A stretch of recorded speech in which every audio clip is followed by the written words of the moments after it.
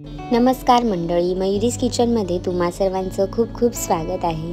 तर हे आहे पारवसं किंवा घोसावळं असं ह्याला म्हटलं जातं। तर ह्याच्यापासून आज आपण भजी कसे बनवायचे ते पाहणार आहोत। तर पारवशाचे भजी बनवण्यासाठी काय करायचं, पारवशी जी आहे ती स्वच्छ धुवून घ्यायची आणि त्याचा वरचा आणि मागचा भाग जो आहे तो कट करून घ्यायचा आणि त्यानंतर मग सुरीच्या मदतीने किंवा स्लायसरच्या मदतीने सुद्धा तुम्ही ह्याचे गोल गोल असे काप कापून घेऊ शकता।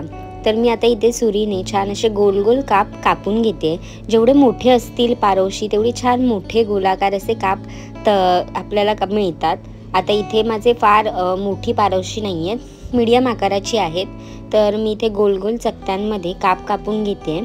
जर तुम्ही मयुरीज किचनला अजूनपर्यंत सबस्क्राईब केलेलं नसेल तर लगेच जा, सबस्क्राईब करा आणि बेल आयकॉनवर क्लिक करायला विसरू नका, म्हणजे जेव्हा केव्हा मी माझी नवीन रेसिपी अपलोड करेल तेव्हा तुम्हाला त्याचं नोटिफिकेशन मिळेल। काप फार जाड किंवा फार पातळ नाही कापायचे, मीडियम आकारामध्येच काप कापून घ्यायचे। त्यानंतर याच्यामध्ये मी 1 वाटी बेसन घातलेलं आहे आणि पाव वाटी एवढी मी इथे तांदळाचं पीठ वापरलं आहे आणि 1 चमचाभर लाल तिखट घालायची। त्यानंतर अर्धा चमचा हळद, अर्धा चमचा गरम मसाला किंवा धनेपूड वापरू शकता इथे, चवीनुसार मीठ घालायचं आणि हे सर्व मसाले आधी मिक्स करून घ्यायचे। सर्व मसाले व्यवस्थित मिक्स करून झाल्यानंतर थोडं थोडं करत पाणी घालायचं, कारण पारोशामध्ये ना पाण्याचं प्रमाण जास्त असतं, त्याच्यामुळे आधी आपण जास्त पाणी घालायचं नाही आणि बॅटर जे आहे ते पातळसुद्धा करून घ्यायचं नाही आहे। थोडं थोडं करत पाणी घालायचं आणि पीठ जे आहे ते पारोशाला चिकटेल, बसेल, कोटिंग चांगलं होईल इतपतच आपल्याला हे मिश्रण पातळ करायचं आहे। फार घट्ट किंवा फार असं पातळ आपल्याला करून नाही घ्यायचं आहे।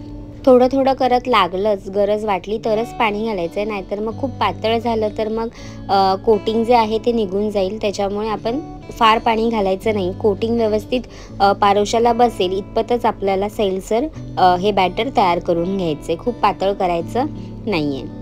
तर आता मी आधी हे सर्व व्यवस्थित मिक्स करून घेते। आमच्याकडे ह्याला पारवसं म्हणतात, तुमच्याकडे अजून कोणत्या नावाने ओळखतात ते मला कमेंटमध्ये सांगा।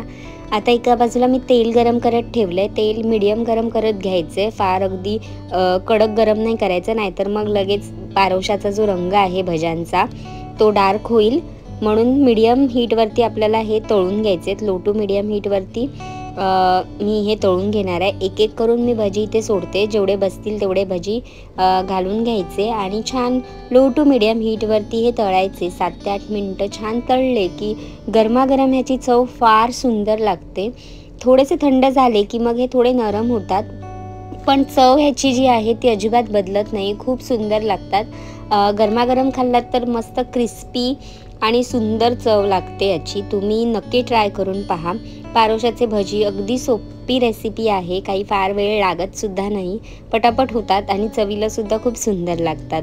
तुम्हाला माझी रेसिपी आवडली असेल तर लाईक करा, शेअर करा आणि सबस्क्राईब करायला विसरू नका। आता मी छान गोल्डन ब्राऊन रंग येईपर्यंत हे भजी तळून घेते आणि मग मस्त खाण्यासाठी तयार होतील। चटणीसोबत खाऊ शकता किंवा अगदी असेच सुद्धा खाऊ शकता, भाकरीसोबत, चपातीसोबत, वरण भातासोबत सुद्धा हे खूप सुंदर लागतात। मस्त रंग आलेला आहे, भजी तयार झालेत। आता इथे रेसिपी आवडली असेल तर नक्की ट्राय करून पहा। पारोशाचे भजी अगदी अप्रतिम असे तयार होतात, नक्की ट्राय करून पहा आणि निरोगी खा, निरोगी राहा।